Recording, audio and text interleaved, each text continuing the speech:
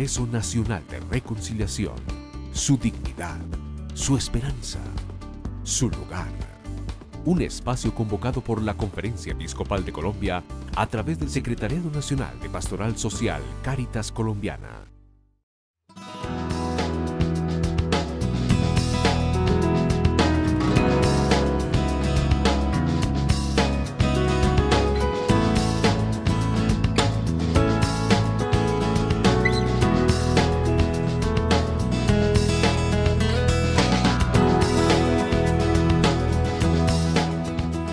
Saludamos entonces al doctor Manuel Oviedo, jefe de Relaciones Externas de la Agencia de las Naciones Unidas para los Refugiados en Colombia, ACNUR.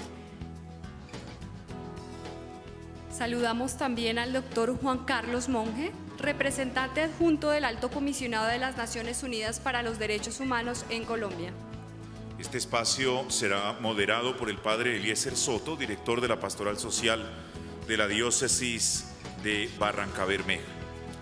Una vez terminen las exposiciones de los ponentes, se abrirá un espacio de 40 minutos para las preguntas de la audiencia.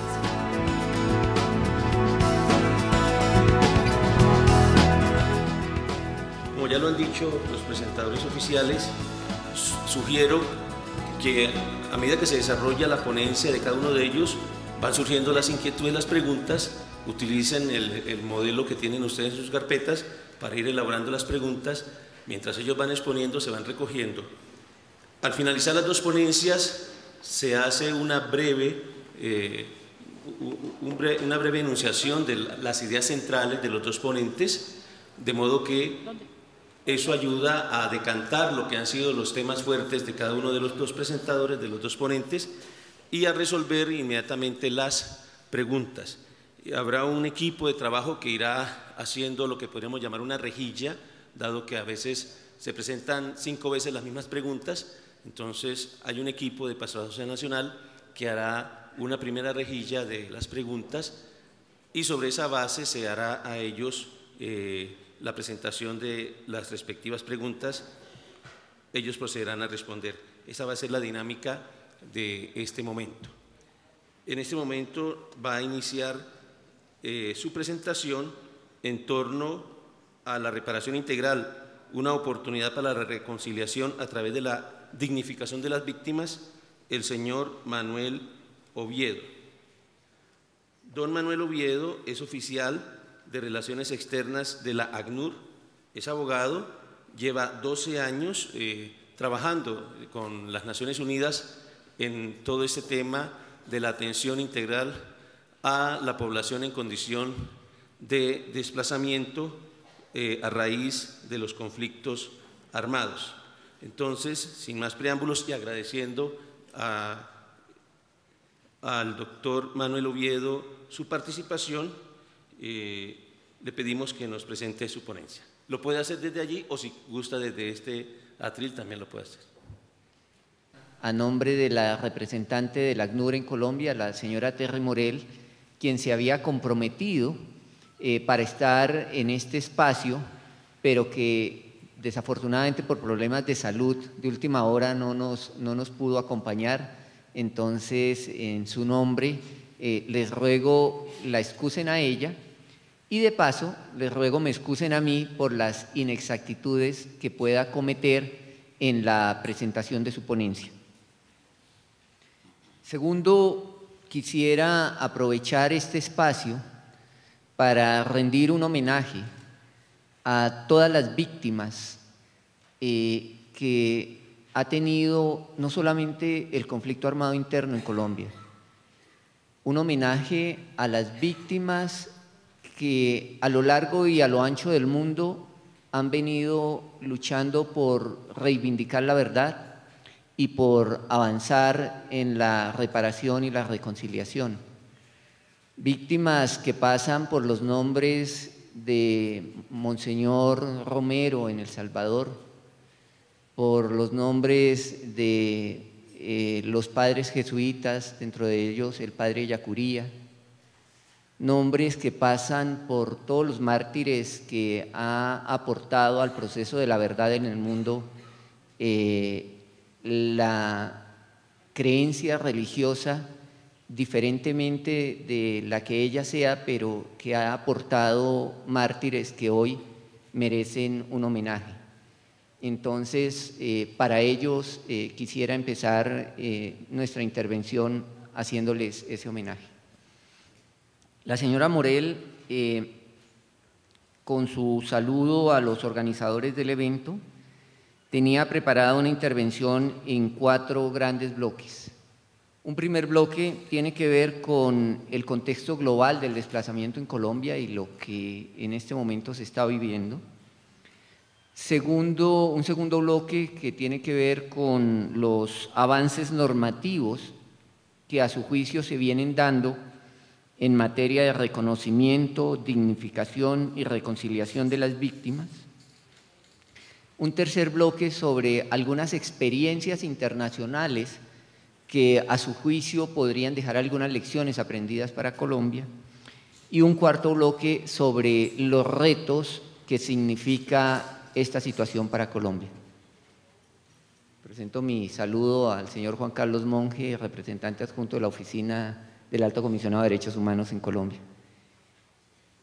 Frente al primer tema, frente al tema de cómo está la situación del desplazamiento forzado en Colombia, sea lo primero decir que muy a nuestro pesar, muy a pesar de lo que quisiera la comunidad internacional y lo que quisieran todos los interesados en este tema, el desplazamiento forzado se sigue presentando en Colombia y sigue generando víctimas todos los días. A pesar de los esfuerzos del gobierno nacional, a pesar de los esfuerzos de los diferentes sectores de la sociedad, el desplazamiento forzado sigue siendo una de las causas generadoras que más víctimas viene dejando en el país. La cifra de los cerca de 3.700 personas que se han acumulado en el registro de atención a población desplazada en los últimos 14 años, desde 1997, genera varios retos y ya es un número de bastante preocupación. 3 millones de personas desplazadas es el equivalente a tener varias de nuestras ciudades intermedias desarraigadas de un momento a otro. Y eso ya es una causa de reflexión para todos. Pero mucho más preocupante es cuando en los 5 primeros meses del año 2011 hemos encontrado que, comparado con el año 2010, se vuelve a presentar un incremento del desplazamiento. Es decir, en los 5 primeros meses del año 2010 hubo un número inferior en cantidad de desplazados que para el año 2011 crece. Se han presentado 36 eventos de desplazamiento masivo, 26 masacres y situaciones muy preocupantes como la del hecho de que 47 miembros de pueblos indígenas y 30 hayan sido asesinados en esta primera fase, 32 personas desplazadas, líderes de población desplazada o desplazados, han sido asesinados en estos primeros 5 meses del año 2011 y 9 de ellos tienen alguna relación con el tema de la reclamación de las tierras, que es una de las apuestas que en este momento se tiene en Colombia.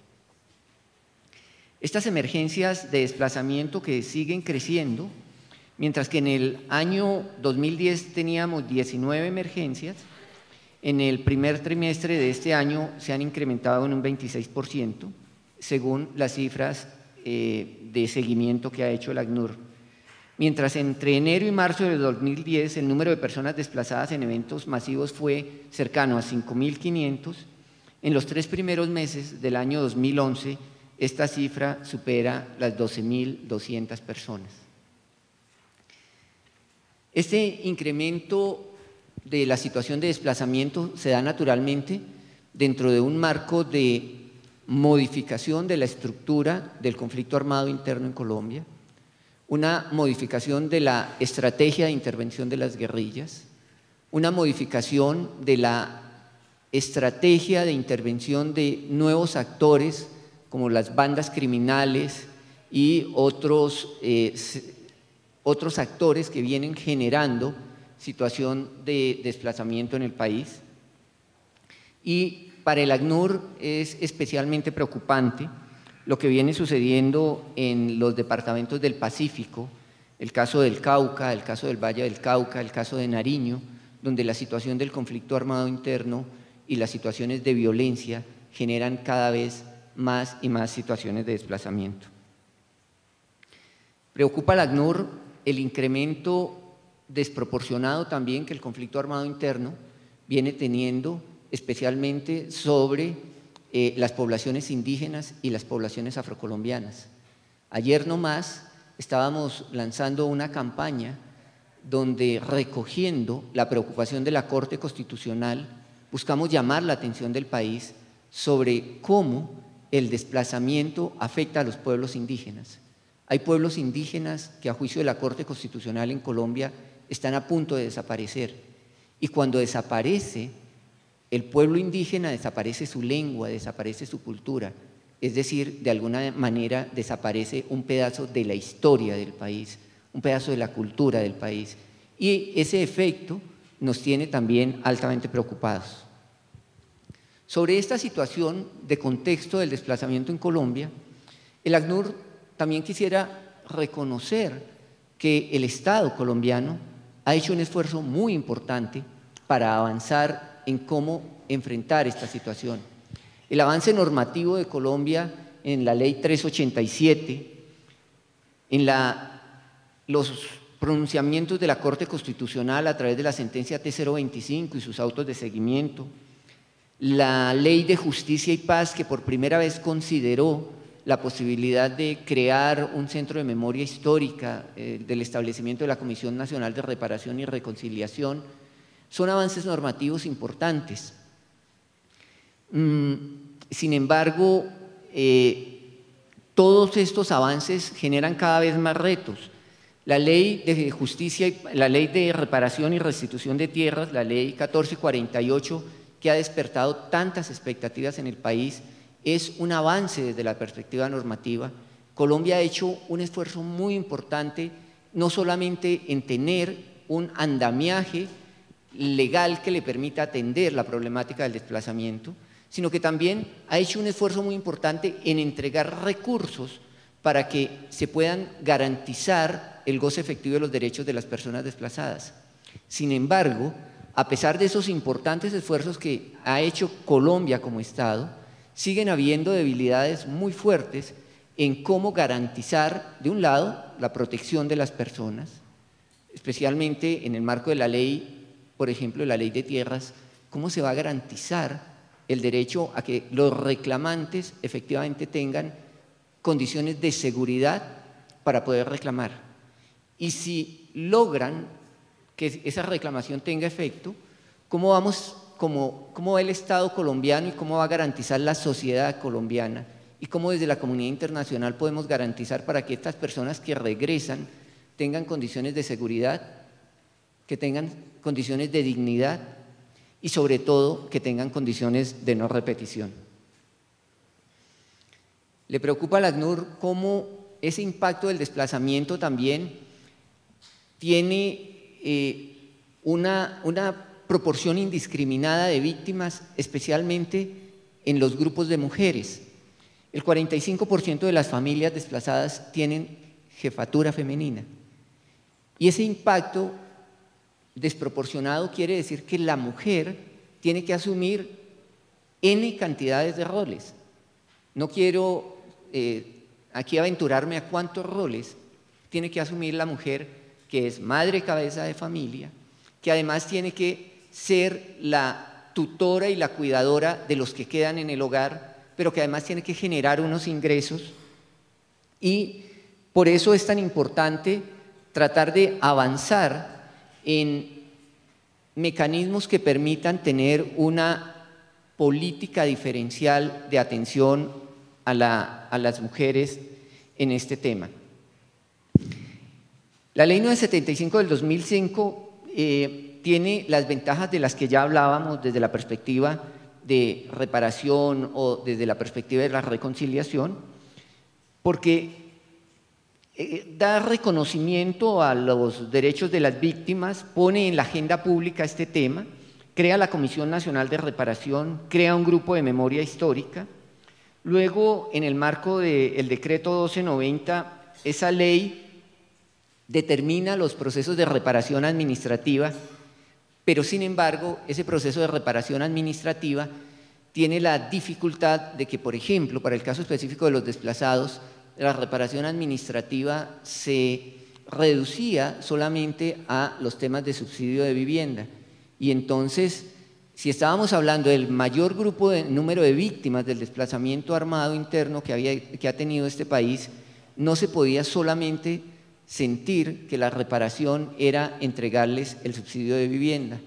Aspiramos que en este momento que se viene avanzando en el proceso de la reglamentación de la ley de reparación, de restitución y de reparación, estos temas puedan ser subsanados. Entonces, en síntesis, frente a la normatividad colombiana, han habido avances importantes, han habido un esfuerzo muy importante del Estado colombiano y de la sociedad en su conjunto, de la Corte Constitucional y de las demás cortes, pero sin embargo todavía siguen habiendo retos en materia de atención, en cómo garantizar, hacer efectivas este cuerpo legislativo.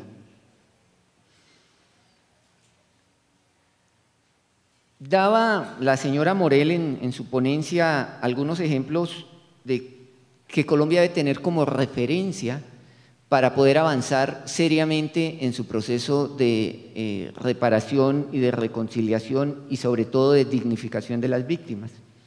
Y entonces ella traía a la memoria experiencias como las de las comisiones de la verdad en Sudáfrica, Argentina y Perú, los tribunales internacionales de Ruanda y Yugoslavia, los ejercicios de reparación administrativa en Argentina, Chile y Alemania, y los procesos de restitución en Sudáfrica, Serbia y Guatemala, y decía ella que son ejemplos de mecanismos implementados para garantizar a las víctimas una reparación integral de sus derechos que permitieron, con distinto grado de éxito, conocer las condiciones y motivaciones que dieron origen a la vulneración de sus derechos humanos, juzgar a los principales responsables de esas violaciones y que la población víctima recibiera una indemnización por los daños causados.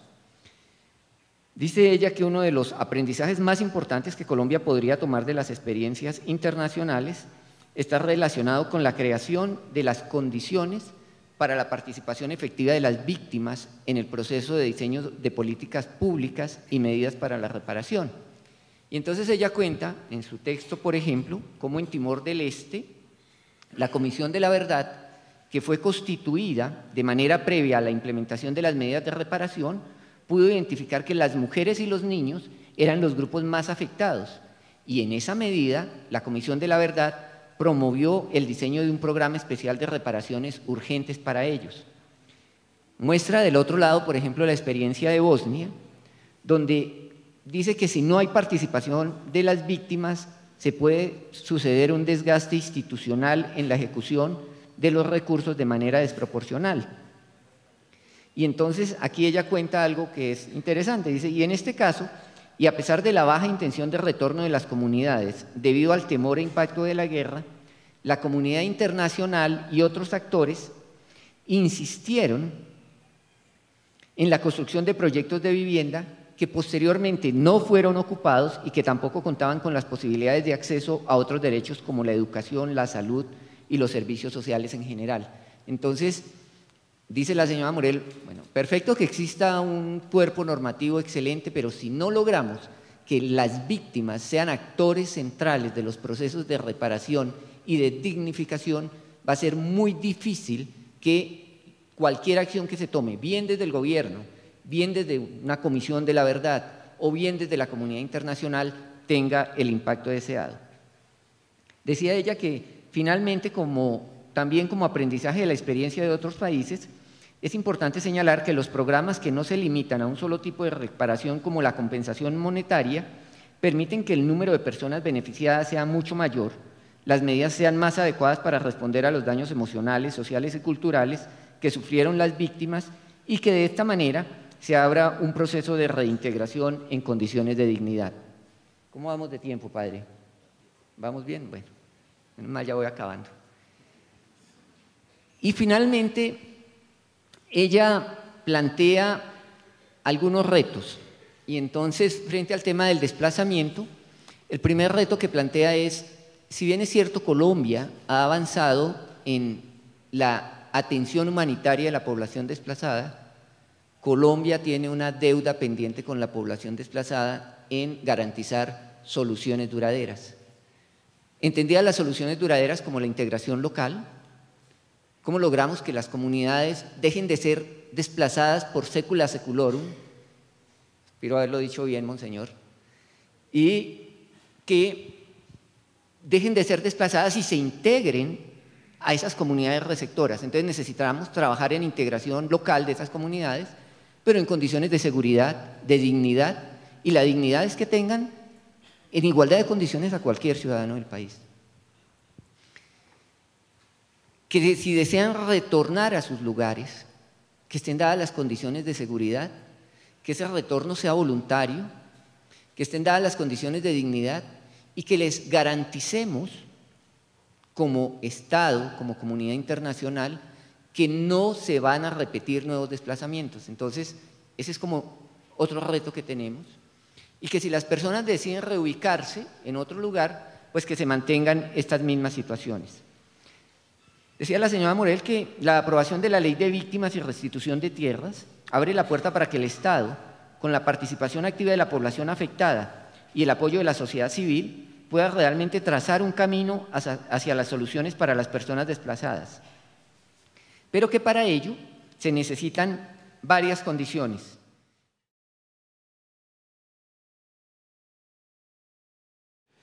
Se me ha pedido enfocar mi intervención en los desafíos de la reparación integral de las víctimas en Colombia a la luz de los estándares internacionales de los derechos humanos. Cumpliendo con ese cometido, mi presentación esa tarde va a ser poco novedosa. Tengo que confesar, pues reiterará y recordará algunos de los aspectos que han sido ya mencionados por la oficina a lo largo de varios años. Me voy a enfocar sobre todo, aunque voy a mencionar otras cosas, en víctimas, en los derechos de las víctimas, más en particular el derecho a la reparación, y voy a hacer una mención sobre la ley de víctimas para no hablar solamente en abstracto de lo que estamos hablando. Sin embargo, antes de entrar en detalles, quisiera resaltar algunos aspectos de la actualidad que merecen ser considerados. En primer lugar, yo diría que estamos viendo una coyuntura bastante interesante y, por qué no decirlo y reconocerlo, bastante promisoria también. La parte, digamos, interesante, los dos momentos en los que estamos viviendo, es que en Colombia tenemos que decir que ha desarrollado una experiencia nada despreciable en los últimos años en estos temas que se llaman de justicia de transición o justicia transicional, que tienen que ver con la verdad, con la justicia y la reparación. Me refiero particularmente al proceso que se ha adelantado, en particular con la ley 975. Ahora, en este momento, corresponde tener la honestidad suficiente, diría yo, para saludar los aciertos y reconocer con el objetivo de introducir cambios y mejoras y poder hacer las alineaciones necesarias aquellos aspectos en los que la experiencia no ha sido exitosa, en la que la experiencia de justicia transicional ha sido más bien defectuosa. Estas lecciones aprendidas deben ser debidamente identificadas y adecuadamente asumidas o asimiladas para así honrar los derechos de las víctimas de violaciones de los derechos humanos e infracciones del derecho internacional humanitario que han visto vulnerados sus derechos a la verdad, a la justicia y a la reparación. Lo repito porque lo están mencionando varias veces a lo largo de la intervención. El aspecto novedoso y esperanzador de esta coyuntura actual, y me referiré a eso al final, tiene que ver con la reciente aprobación de la Ley de Víctimas y Restitución de Tierras, que en palabras de Cristian Salazar, que es nuestro director, marca un avance histórico que coloca a las víctimas en el centro de la atención del Estado colombiano. Quisiera hacer esto solamente como una introducción, porque al final me voy a referir a la ley de víctimas. Y para ya entrar en materia, en lo que se me pidió, quisiera compartir entonces con ustedes algunas reflexiones sobre los principios adoptados por la comunidad internacional para mantener el respeto de los derechos a la verdad, a la justicia y la reparación que se reconocen a las víctimas de los delitos graves conforme al derecho internacional. Entre estos tres derechos existen relaciones profundas de conexidad e interdependencia. Es decir, no es posible lograr la justicia sin la verdad y no es posible alcanzar la reparación sin la necesaria justicia.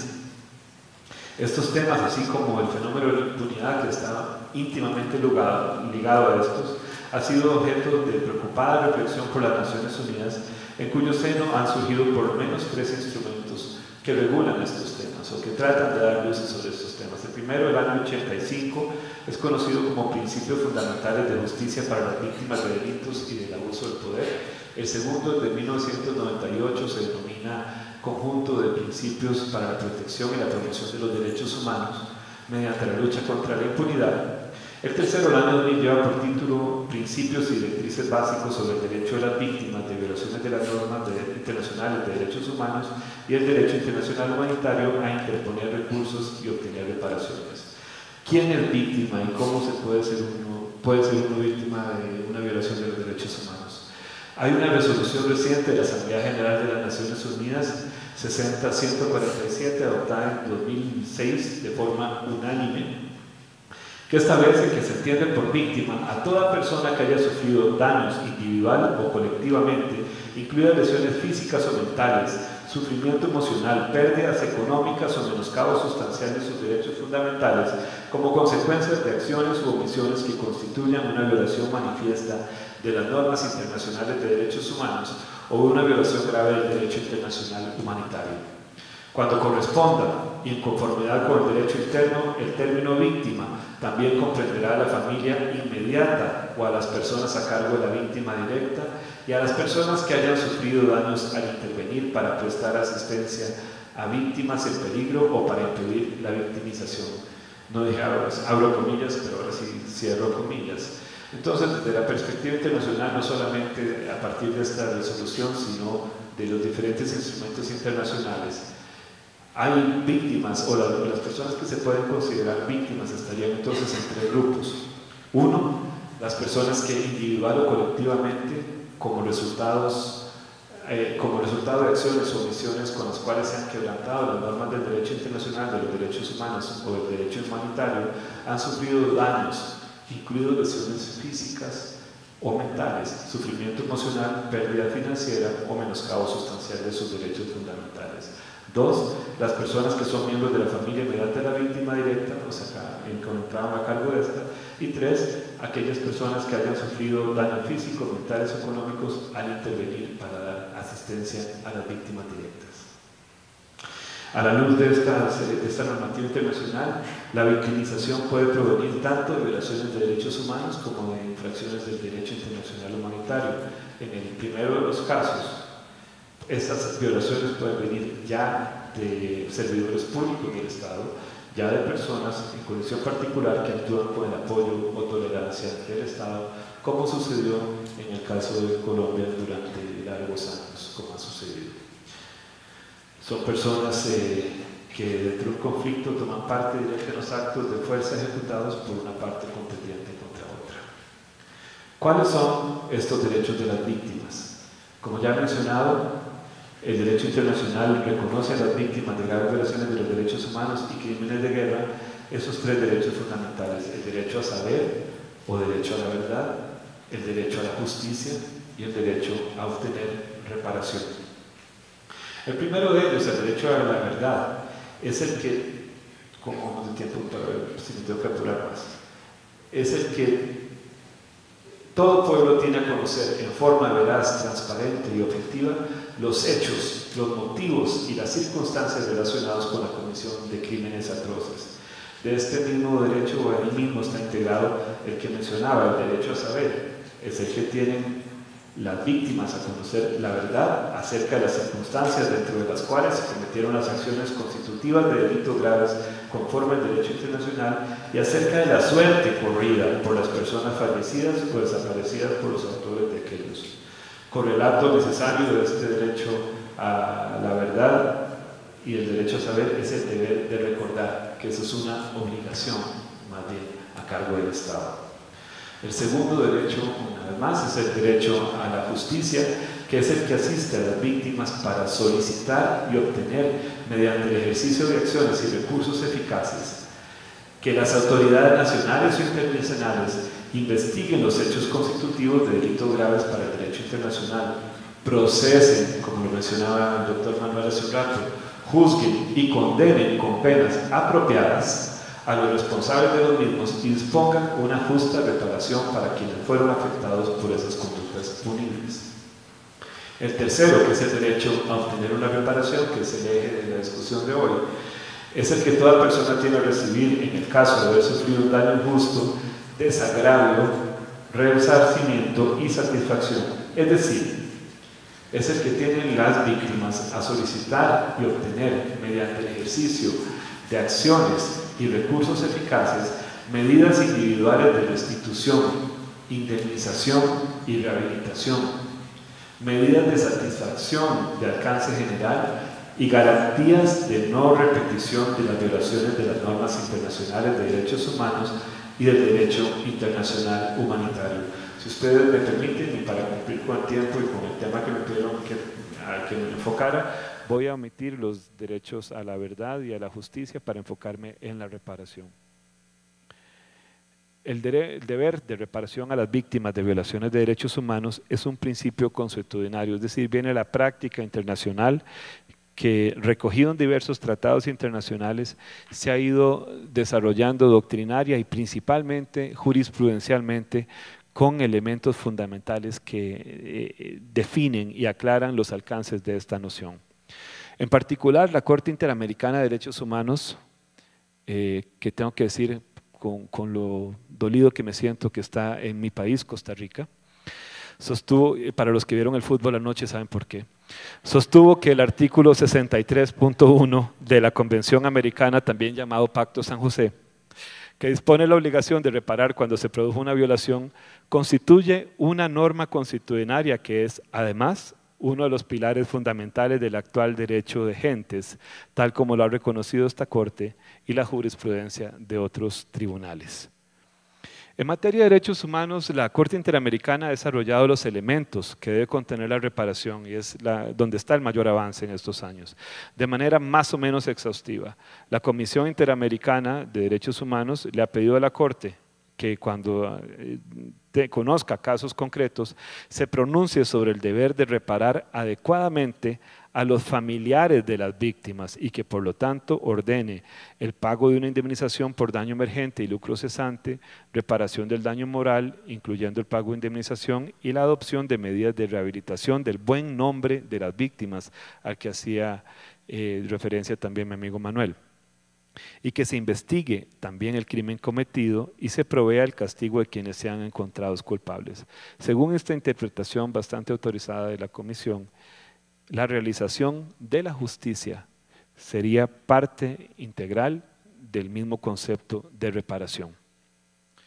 Con arreglo a lo establecido por los principios y directrices básicos sobre el derecho a las víctimas que mencioné antes,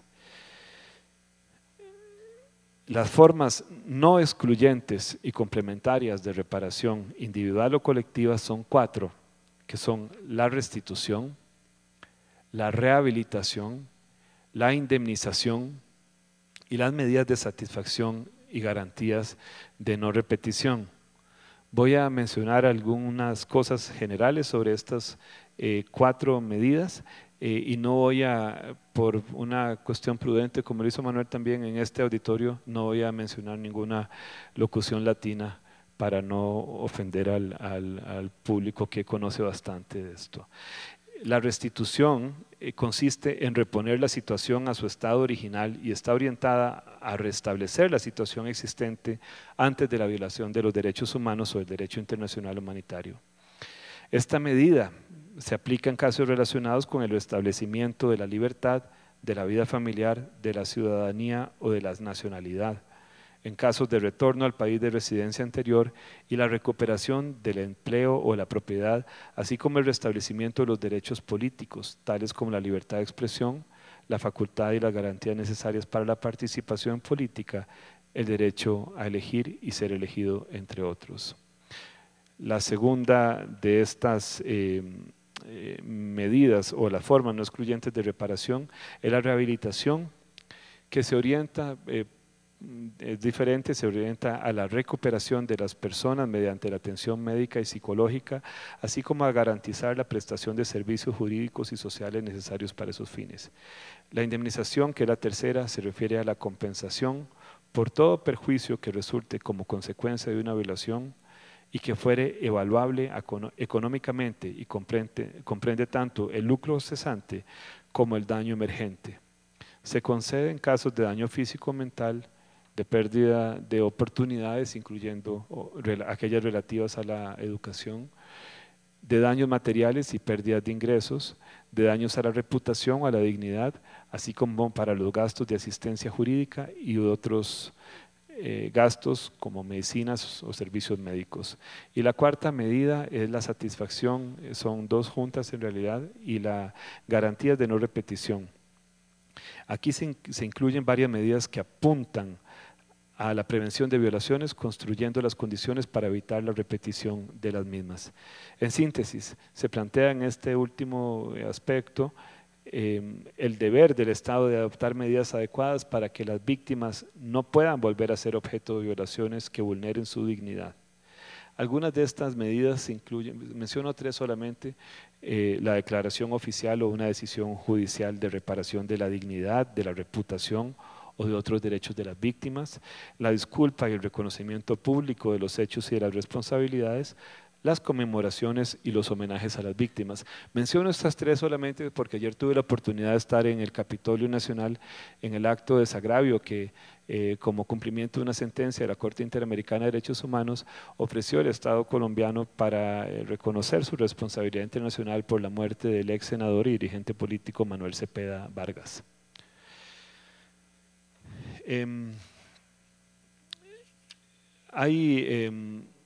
La reparación tiene, voy a avanzar un poquito más rápido, porque creo que, ¿cuántos minutos llevo, padre? Más o menos me quedan. Ok, bueno, voy a cortar un poquito entonces. El Comité de Derechos Humanos de Naciones Unidas ha considerado que el deber de reparar el daño no se satisface solamente por medio del ofrecimiento de una cantidad de dinero a los familiares de las víctimas, y esto nos lleva un poquito al tema al concepto de reparación integral. Hay que añadir aquí que en los instrumentos internacionales, las formas de reparación son complementarias y no excluyentes, como mencionaba antes, unas de otras, dependiendo de las circunstancias específicas de cada caso en particular. Para hacer efectivo el derecho de las víctimas a obtener reparación, deben tomarse en cuenta las reglas previstas por los instrumentos internacionales que establecen varios principios fundamentales. Esos principios son: 1. Que la reparación debe ser suficiente, efectiva, rápida y proporcional a la gravedad de las violaciones y a la entidad del daño sufrido. El segundo principio internacional que se aplica a las reparaciones: que cuando el responsable de la violación no pueda o no quiera cumplir con sus obligaciones, los estados deben esforzarse por resarcir a la víctima. Tercera, cuando el Estado haya resarcido a la víctima por una violación que no le sea imputable, quien la haya cometido deberá resarcir al Estado. Y cuarto, quinto, el Estado debe garantizar la ejecución de las sentencias nacionales e internacionales que impongan reparación a personas o entidades privadas responsables de violaciones. En desarrollo de estos principios es importante determinar los mecanismos concretos que permitan que efectivamente las víctimas puedan recibir la reparación a la cual tienen derecho. Independientemente de la obligación de reparar por parte de los victimarios, el Estado debe respetar su obligación de reparar cuando sus funcionarios sean responsables por acción o por omisión en los hechos, o cuando el responsable de estos no cumpla con su obligación de reparar. Es altamente aconsejable buscar mecanismos efectivos que combinen la obligación de reparar por parte de los autores de los crímenes con la que incumbe directamente al Estado. Con esto terminaría la primera parte, que es sobre principios que informan la reparación integral, de acuerdo con el derecho internacional de los derechos humanos. Y me gustaría tomar unos minutos para hablar en concreto sobre la ley de víctimas y restitución de tierra como un hecho importante que permite tal vez integrar algunas de estas cosas que he mencionado en un caso concreto. Como oficina del Alto Comisionado hemos considerado que la aprobación de la ley de víctimas, y como lo ha dicho insistentemente nuestro director Cristian Salazar, marca un avance histórico. En palabras de nuestro representante Cristian Salazar, la ley marca un giro fundamental, esto en comillas, de las políticas del Estado colombiano a favor de los derechos de las víctimas. Establece una base de esperanza para aliviar el sufrimiento de millones de víctimas del conflicto armado interno y para hacer posibles la paz y la reconciliación. Ya diciéndoles un poco cuál es la valoración positiva que hacemos, quisiera resaltar algunos aspectos relevantes y explicar brevemente por qué esta ley es importante. En primer lugar, la ley aporta importantes avances como la restitución de tierras y reconoce que los derechos de las víctimas son la base de la superación del conflicto armado interno. Esto como una posición de base es muy importante, es un avance importante de acuerdo con nosotros. El desafío, sin embargo, es asegurar que los mecanismos de implementación respondan al espíritu de la norma aprobada, para lo que es necesario contar con la participación directa, verdadera y respetuosa de las víctimas y sus organizaciones en todas las fases. Si no fue, esto significa, era durante el proceso de redacción de la ley y ahora cuando se tienen que elaborar decretos que regulen algunas de estas de la institucionalidad que se debe crear y se normaticen también o se crean algunas normas que reglamenten su funcionamiento, se emitan algunas normas. Esto es especialmente importante en lo que se refiere a los pueblos indígenas y comunidades afrocolombianas, cumpliendo con su derecho a ser consultados para obtener su consentimiento sobre una norma que les afecta directa y diferenciadamente. La oficina resalta que la ley no establece discriminación entre víctimas de grupos armados ilegales y agentes del Estado.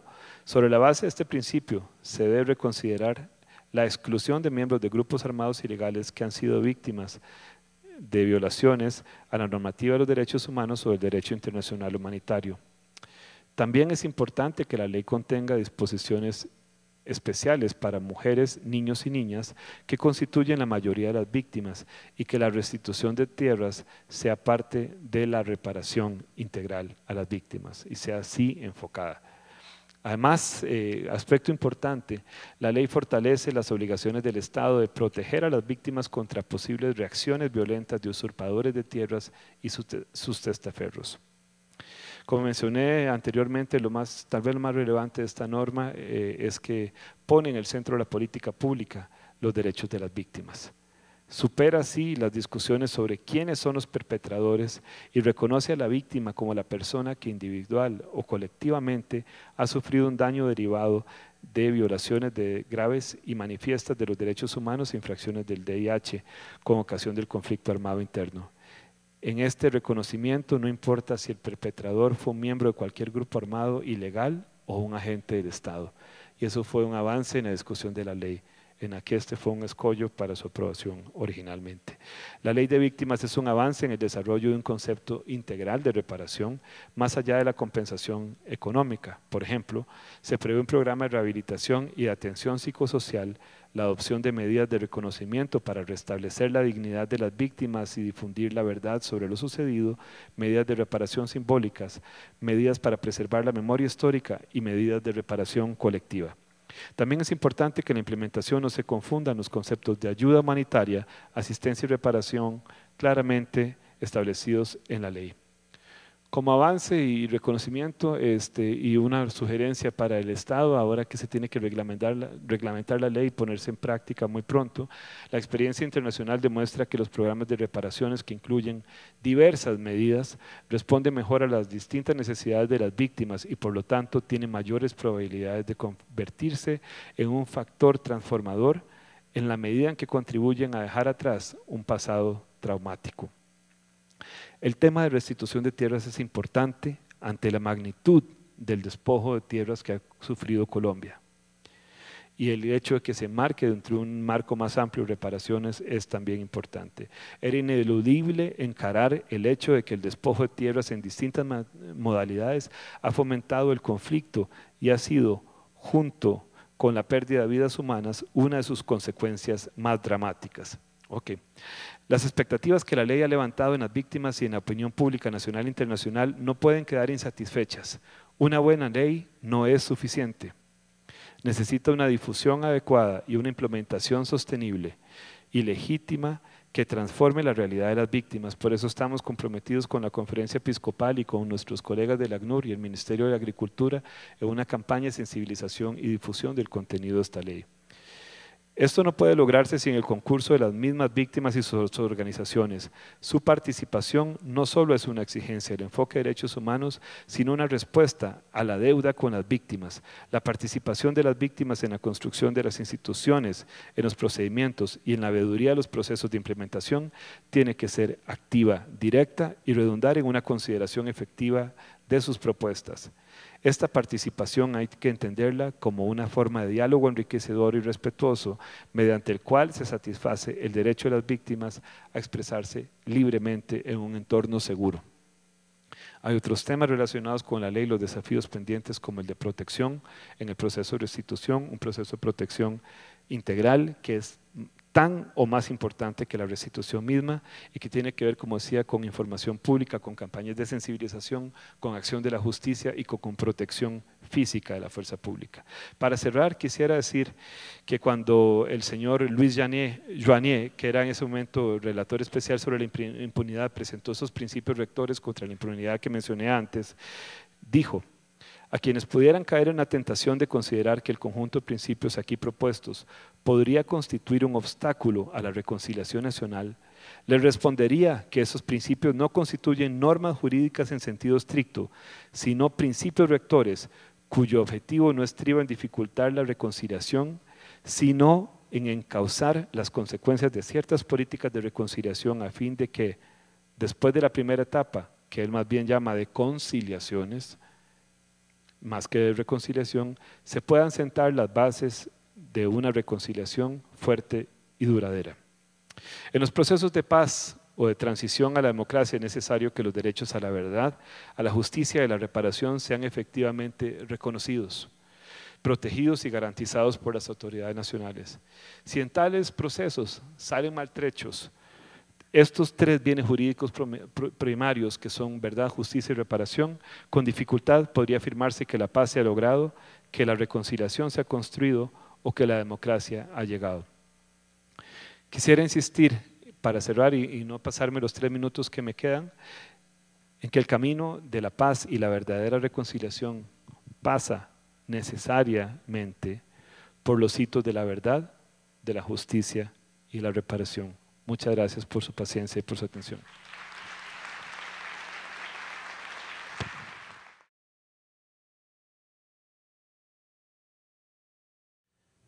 Y aquí es como una observación más que una, entiendo yo, dice, no se está teniendo en cuenta a los desplazados en el departamento de Risaralda a la hora de elaborar políticas públicas a favor de ellos. ¿Dónde me quejo? ¿Cómo interviene el ACNUR?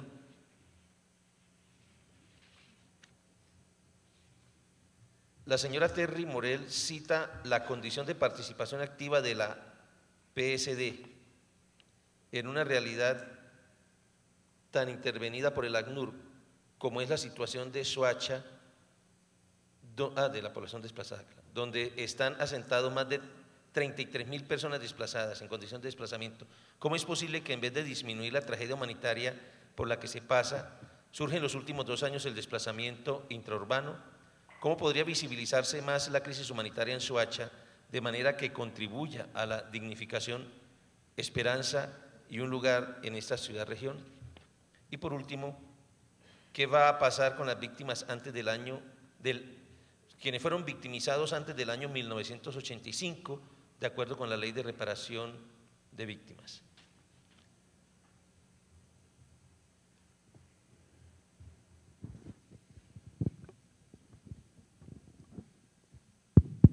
Bueno, lo primero agradecerles a todos, porque eso quiere decir que causó interés en el auditorio lo que se dijo. Aquí hay una mezcla de responsables para dar las respuestas. Algunos de estos tendría que ver, por ejemplo, con de dónde podrían salir los recursos para atender al 10% de la población desplazada que son víctimas, y de dónde salen los recursos para la reparación. Esta sería una respuesta que debería dar inicialmente el director de Planeación y el ministro de Hacienda. Sin embargo, pues nosotros hemos hecho esa misma pregunta a estos funcionarios y a otros funcionarios del Gobierno Nacional, y lo que nos han dicho es que ya tienen unos cálculos presupuestales para atender en determinado tiempo al número total de víctimas o al universo de víctimas que ellos calcularon. No me atrevería aquí a dar una cifra porque creo que podría correr en alguna inexactitud, pero lo que sí puedo decir es que en las discusiones que tuvimos durante el proceso de discusión de la Ley de Víctimas y Restitución de Tierras y en el intercambio con los funcionarios del gobierno y con los congresistas, este tema fue una de las preguntas que les hicimos, para los que ellos nos dieron las respuestas que les acabo de contar. Hay varias preguntas que tienen que ver con las garantías de los retornos y las garantías en las reubicaciones. Y aquí entonces quisiera reiterar en algo en lo que el señor Monge hizo en su presentación. Para el ACNUR, lo ideal es que las poblaciones, especialmente las poblaciones refugiadas o las poblaciones desplazadas, puedan retornar. ¿Qué mejor que el campesino pueda volver a su parcela, que pueda acceder al río, que pueda escuchar el canto de los pájaros, que vuelva a su hábitat natural? Eso es lo ideal y esa es la solución que nosotros defendemos. Pero la defendemos bajo unas condiciones de seguridad. Es decir, que el refugiado o el desplazado, cuando retorna, tiene que tener todas las condiciones dadas por el Estado para que no esté afectada ni su seguridad personal ni ninguno de sus otros derechos. La dignidad, que va amarrada completamente a la seguridad. Si hay seguridad, el Estado tiene que garantizar que esos desplazados o esos refugiados que retornan tengan acceso a la salud, tengan acceso a la seguridad, tengan acceso a la generación de recursos. Es decir, que todos los elementos que conforman la dignidad de la persona humana puedan configurarse en ese segundo requisito de la dignidad. El tercero, el de la voluntariedad, es decir, que las personas regresen porque quieren y no porque la desatención del Estado los obliga a volver. Y uno muy importante, que es el de la no repetición, es decir, que estén dadas todas las condiciones para que esa persona no vuelva a ser revictimizada. Entonces, esto pasa por algunas de las iniciativas legales y presupuestales que hasta ahora ha iniciado el Gobierno Nacional, y nosotros creemos en la buena fe de ellas y creemos que existe un compromiso sincero para lograrlos. Pero también decía la señora Morel en su ponencia que de alguna manera esto pasa por el logro de la paz. Es muy difícil garantizar estas condiciones si hay de por medio situaciones generadoras de conflicto. Y entonces esto también permitiría responderle a las personas que me hablaban de que mientras existan bandas criminales, guerrilla, narcotráfico y todos los factores generadores de violencia, ¿cómo se va a garantizar la no repetición? Tenemos plena coincidencia. Finalmente, para las consultas puntuales sobre los temas de Soacha y Jiguamiendó y Curvarado, preferiría, para el caso de Jiguamiendó y Curvarado, la podemos hablar ahora de manera personal, y para el caso de Soacha, indudablemente el ACNUR está terriblemente preocupado con lo que viene pasando en Soacha. Estamos tratando de compartir lo que allí sucede con las embajadas y la comunidad internacional, y a su vez estamos tratando de buscar que en medio de la ingobernabilidad que hay en ese municipio pueda haber una gobernabilidad accesoria que bien pueda venir desde la gobernación del departamento o incluso desde el mismo nivel nacional. Entonces, compartimos en la preocupación y venimos trabajando en el tema. El derecho a saber o a la verdad incluye, es como una afirmación para que usted la ratifique o la mejore, incluye saber públicamente los responsables, quiénes financiaron, quiénes idearon, quiénes ejecutaron. Segunda pregunta, soy víctima, ¿a dónde acudo si no se ha cumplido con lo que usted mencionó en torno al proceso de reparación? Tercera pregunta, ¿qué estrategia implementa el Estado para cuantificar los daños psicológicos, físico y mental que recibe una persona y que ha sido violentada y desplazada de su lugar de origen? Siguiente pregunta. ¿Hasta dónde llega el alcance de las Naciones Unidas para incidir hasta tal punto que las víctimas puedan ver con claridad que realmente sus derechos no se quedan solamente en el documento?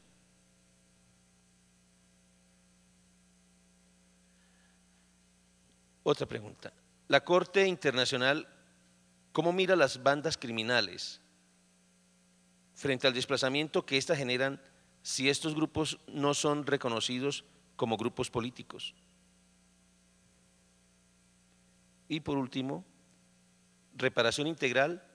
¿Qué pasará con aquellos hijos de jefes o jefas, cabeza de hogar, despojados y asesinados, luego que la familia regresa a su tierra y resulta que le pertenecen a otras personas que no son de la región y que tienen la tierra llena de palma?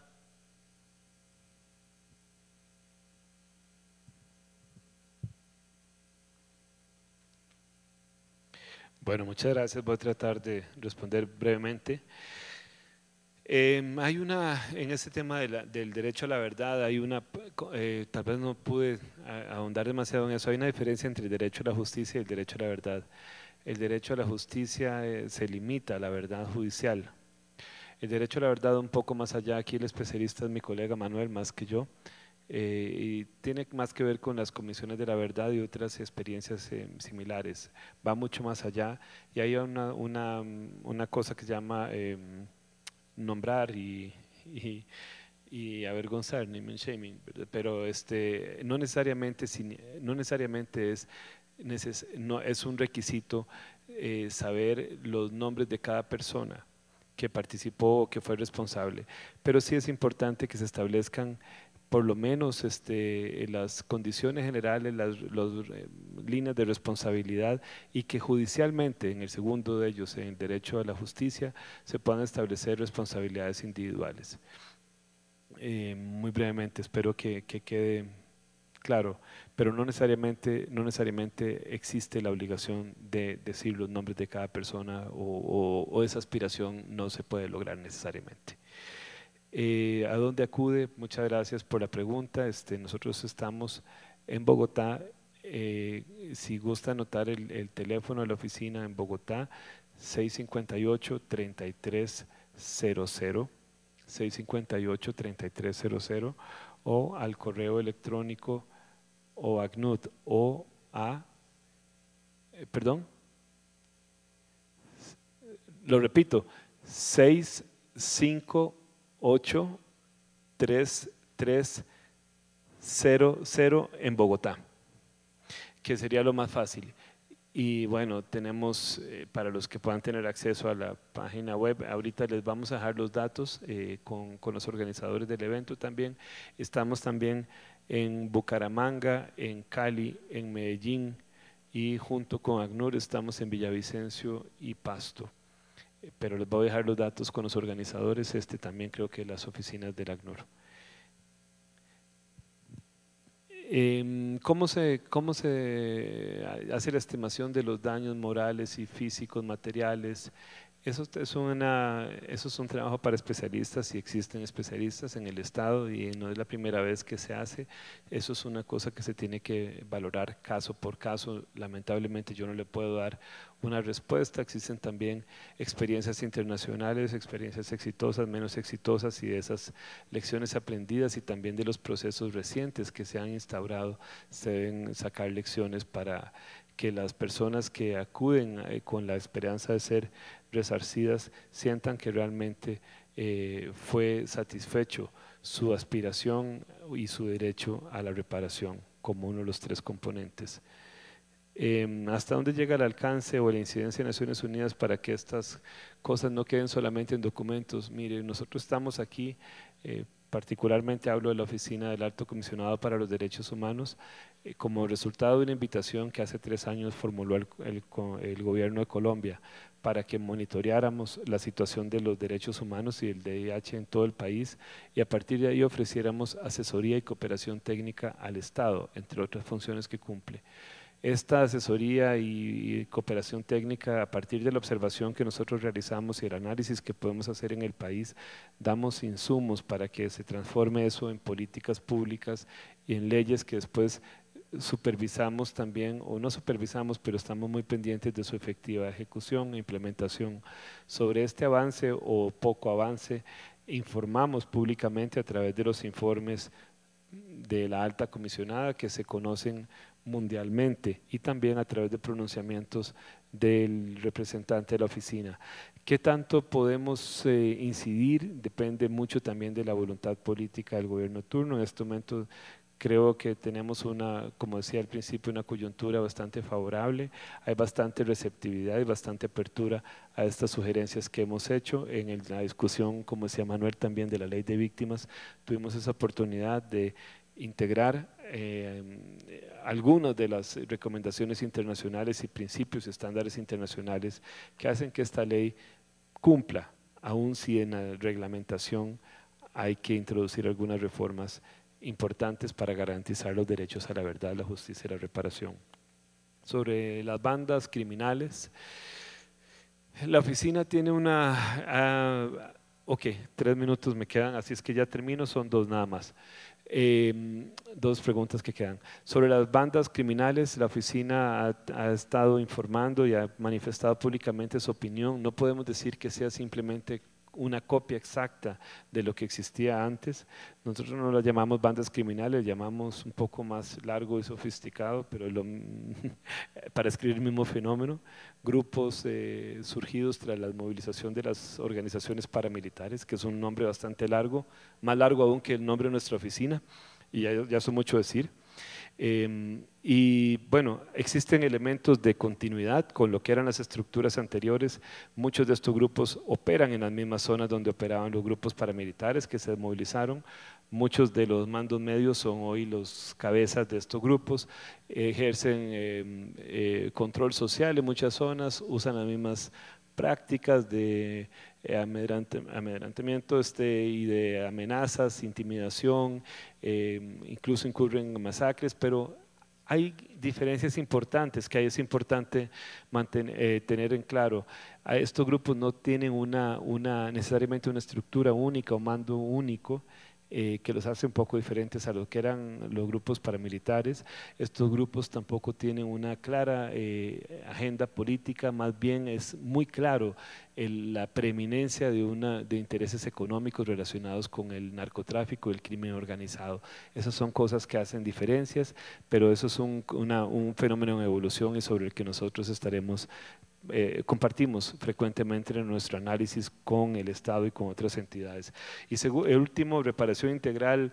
¿Qué pasa cuando estas personas llegan? Bueno, como decía, y están ocupadas las tierras por otros. Como decía, la dimensión del despojo de tierras en Colombia tiene dimensiones enormes. Hay que reconocer y hay que dar tiempo también a los esfuerzos decididos por recuperar parte de esas tierras, que son algunas de las cuales van a participar en este proceso de restitución.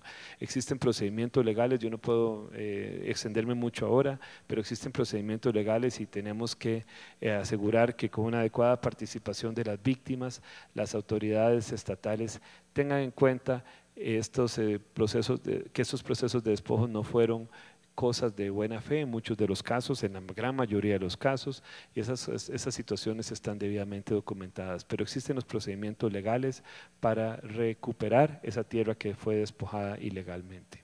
Muchas gracias.